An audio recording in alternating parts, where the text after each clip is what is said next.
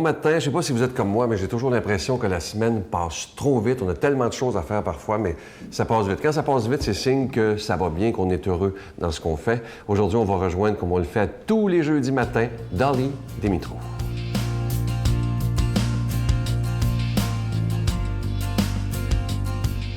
Bon matin, bonne journée. Ah, je sens qu'il y a de l'amour dans l'air. Je conduisais hier à Saint-Sauveur, où je demeure, et je voyais une jeune couple toute passionnée, puis ils se regardaient, ils marchaient les pieds sur les pieds. Je trouvais ça tellement beau. Un des plus grands pouvoirs sur cette terre, à part de Dieu, évidemment, là, ça a toujours été l'amour. L'amour de soi, l'amour familial, l'amour amoureux, affectif, l'amour de nos enfants. Ça ne se compare pas, l'amour-là. Il y a beaucoup de monde que je vois qui sont en quête d'amour et sont en genoux, sont en train de dire « aimez-moi, regardez-moi, reconnaissez-moi ». Et quand on est à genoux, peut-être on ne devra pas quêter, on devra prier au lieu de quêter, puis sentir cet amour-là. Quand que je suis en contact avec mon amour intérieur, je peux en donner à l'autre. Quand je suis dans le pardon de soi, je peux pardonner à l'autre. Quand je suis dans le positivisme, je suis capable de donner à l'autre. Je vous donne un exemple. Je vous demande tout de suite de vous pointer le doigt à vous. Ah, voilà, vous avez pointé le doigt là, hein? C'est sûr, parce que vous êtes un être de cœur. Le cœur, l'amour, ça va ensemble. Vous n'avez pas pointé le doigt là, hein? Non, c'est un instinct. Tout le monde se pointe le doigt ici. Moi. Voilà. Alors, vous êtes amour. Quand je suis en contact avec cet amour-là, je peux le partager avec les autres. C'est comme une orange. Je prends une orange et je squeeze, j'enlève tout, qu'est-ce qui est dans l'orange. Qu'est-ce que vous pensez que l'orange me donne? Le jus d'orange, évident. Si je suis dans l'énergie de l'amour, je donne l'amour. C'est simplement ça. Tout ce que vous faites, faites-le avec amour. Il y a un proverbe que j'ai déjà lu à quelque part qui disait « Traite les autres comme vous aimeriez être traités. Fais à les autres qu'est-ce que tu aimerais qu'ils vous fassent. » Ça, c'est toujours dans la loi de retour et dans la loi universelle. Si vous êtes dans l'énergie de l'amour, vous récoltez. Si dans mon jardin, je plante des carottes, je te le jure qu'il n'y aura pas de brocoli qui va pousser.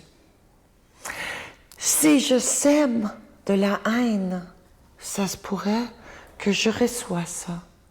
Alors dans votre jardin intérieur, sème donc l'amour et vous en récoltera plein. Bonne journée. Notre Père qui es aux cieux, que ton nom soit sanctifié, que ton règne vienne, que ta volonté soit faite sur la terre comme au ciel. Donne-nous aujourd'hui notre pain de ce jour. Pardonne-nous nos offenses, comme nous pardonnons aussi à ceux qui nous ont offensés. Et ne nous soumets pas à la tentation, mais délivre-nous du mal, car c'est à toi qu'appartiennent le règne, la puissance et la gloire pour les siècles des siècles. Amen.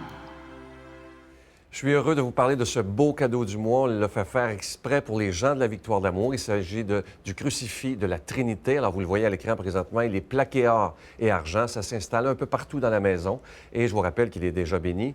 Et ce qui est beau, c'est que c'est la Sainte Trinité. Vous voyez sur la croix, Jésus, évidemment, l'Esprit Saint qui est représenté par une colombe, et tout en haut, une image de Dieu le Père. Alors, c'est un très, très beau crucifix qui se donne aussi très, très bien en cadeau. Je vous rappelle que vous le recevez avec un don de 25 $. Et si vous en voulez deux, avec un don de 40 $. Et je vous donne l'adresse, la Victoire de l'amour, casier postal 120, succursale Boucherville à Boucherville, le J4B 5E6, je vous la redonne, la Victoire de l'amour, casier postal 120, succursale Boucherville à Boucherville, le J4B 5E6. Également par téléphone, par carte de crédit, du lundi au jeudi de 8h30 à 16h30 dans le 514-523-4433, 523-4433 ou sans frais, le 1-888-811-9291, 1-888-811-9291. 9291 et aussi sur notre site Internet, le www.lavictoiredelamour.org.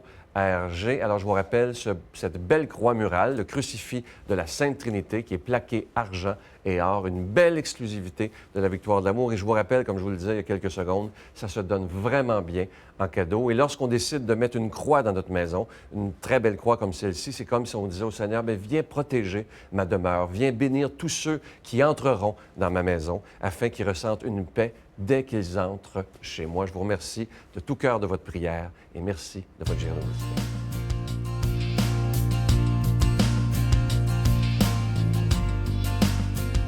Mon Dieu, donnez-moi la sérénité d'accepter les choses que je ne peux changer, le courage de changer les choses que je peux et la sagesse d'en connaître la différence. Amen. Aujourd'hui, pour la parole de Dieu, on s'en va rejoindre quelqu'un que j'apprécie beaucoup. C'est un grand ami à moi, l'abbé Donald Thompson.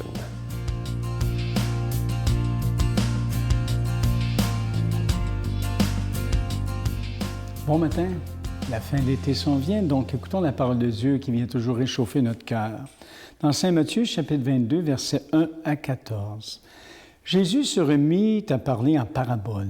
Le royaume des cieux comparable à un roi qui célébrait les noces de son fils. Il envoya ses serviteurs pour appeler à la noce les invités, mais ceux-ci ne voulaient pas venir.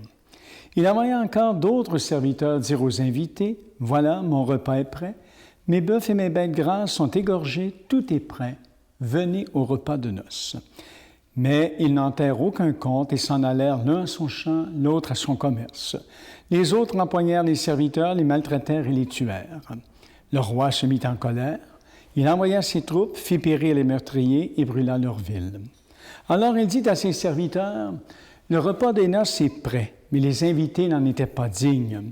Allez donc au croisées des chemins, tous ceux que vous rencontrerez, invitez-les au repas des noces. » Les serviteurs allèrent sur les chemins, rassemblèrent tous ceux qu'ils rencontrèrent, les mauvais comme les bons, et la salle de noces fut remplie de convives.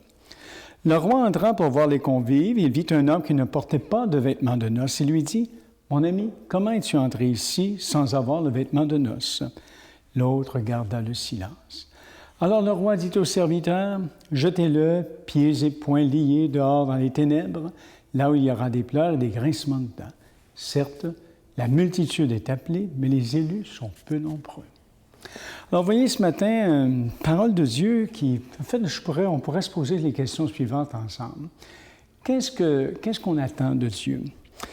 Qui nous laisse mener une petite vie tranquille, qui nous donne une bonne santé, une longue vie, qui prenne notre parti face à nos ennemis, qui soit notre recours dans le malheur, qui nous fasse gagner le million à la loto. Alors, oui, la question est posée. Qu'attendons-nous de Dieu? Nos attentes sont-elles vraiment à la mesure de l'invitation qu'il nous fait? C'est ce qu'on a dans la parole de ce matin. Ne sommes-nous pas dans la situation des gens à qui on offrirait finalement le gros lot et qui ne se contenteraient d'un prix de consolation? La réalité dans la parole de Dieu de ce matin, c'est que le Dieu de la vie nous promet infiniment plus que ce que nous attendons de lui. Alors prenons quelques instants dans cette émission des Matins de Dieu pour réfléchir à l'invitation qui nous est faite. Et notre manière aussi de l'accueillir. Vous savez, des invitations dans la vie, on n'en manque pas. Il y a toutes sortes d'événements. Puis il y a des fois, les invitations, on les accueille avec joie. D'autres, on y va, mais par pression sociale, mais le cœur n'est pas là. Toutefois, regardons ça. L'invitation de Dieu ne se compare pas aux multiples invitations qui rythment notre vie en société. Pour nous parler de ce que Dieu nous réserve, la parole de Dieu ce matin ne craint pas d'emprunter des images très fortes, très suggestives. Le repas de noces, d'un festin qui n'a de limite que la générosité de celui qui le donne, ce festin. Donc, elle parle d'un repas de noces qu'un roi donne à l'occasion du mariage de son fils.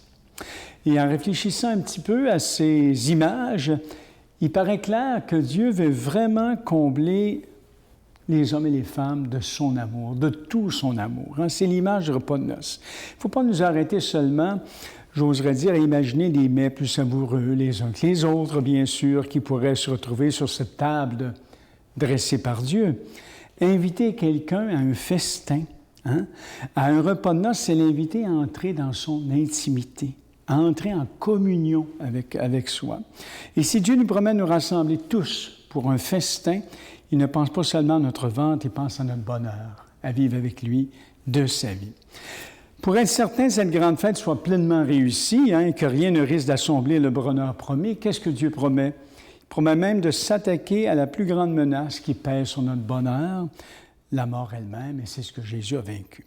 Alors, pareille invitation ne semble guère laisser de place à un refus quand on regarde une invitation comme ça. Et pourtant, vous voyez, il y a des invités qui n'acceptent pas, qui refusent. C'est bien un refus catégorique que Dieu se heurte, si l'on en croit la parabole de l'Évangile. Et la situation est d'autant plus dramatique, si vous voulez, que les raisons invoquées sont peu d'importance. Ils s'en allèrent l'un à son champ, l'autre à son commerce, dit l'Évangile. Autrement dit, ils étaient tellement accablés par le quotidien qu'ils n'avaient plus la liberté intérieure pour accepter l'incroyable invitation qui leur était adressée. Alors, voyez-vous, mes amis, ce matin, la parabole de l'Évangile nous questionne sur notre propre relation avec Dieu. Et dès aujourd'hui, Dieu nous invite à rentrer dans une relation de grande intimité qui implique un réel partage et qui est appelée à s'épanouir dans une véritable communion. Alors, les noces dont parle la parabole, ce sont finalement les noces qui unissent Dieu à nous, aujourd'hui en Jésus. Et le mariage en question, c'est le nôtre. Alors, comme toutes les paraboles, celle du roi qui célébrait les noces de son fils nous remet en question et nous invite donc à un changement d'attitude. Et en appelant dès aujourd'hui, nous invitant à rendre grâce au Seigneur pour la vie qu'il nous donne, je pense que c'est ça l'invitation, on s'ouvre davantage à sa vie. C'est le plus beau souhait que nous puissions formuler. Que le Dieu de la vie vous bénisse, le Père, le Fils et l'Esprit. Amen. Bonne journée, bon matin. Je vous salue Marie, pleine de grâce. Le Seigneur est avec vous. Vous êtes bénie entre toutes les femmes, et Jésus, le fruit de vos entrailles, est béni. Sainte Marie, Mère de Dieu, priez pour nous pauvres pécheurs, maintenant et à l'heure de notre mort. Amen.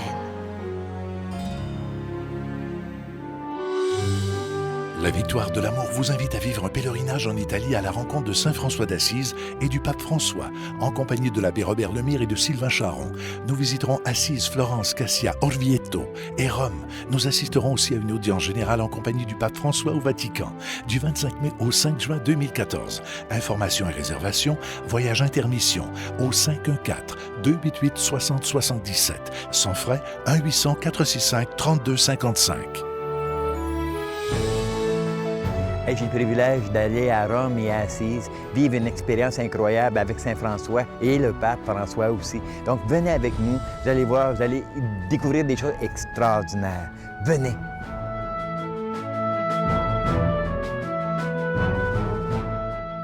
Je vous laisse avec une belle pensée du bon pape François qui dit ceci: « Pour un chrétien, la vie n'est pas le produit d'un hasard, mais le fruit d'un appel et d'un amour personnel. » Vous savez, il y a beaucoup de gens qui pensent que la vie est un hasard, le bing-bang et tout ça.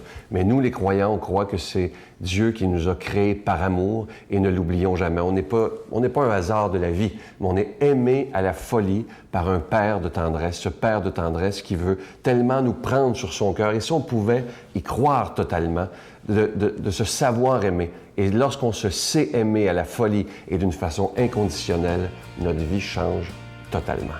À demain. Quand quelqu'un me disait « Ah, ta femme est morte à 56 ans, c'est pas chanceux, Richard, c'est un malheur. » J'ai jamais vu ça comme un malheur. Il n'y a rien de plus beau que j'ai vécu que ces instants-là, les derniers 6 mois avec ma femme. Puis, c'était une bénédiction. La Victoire de l'amour remercie de tout cœur les Résidences Soleil de leur accueil si chaleureux.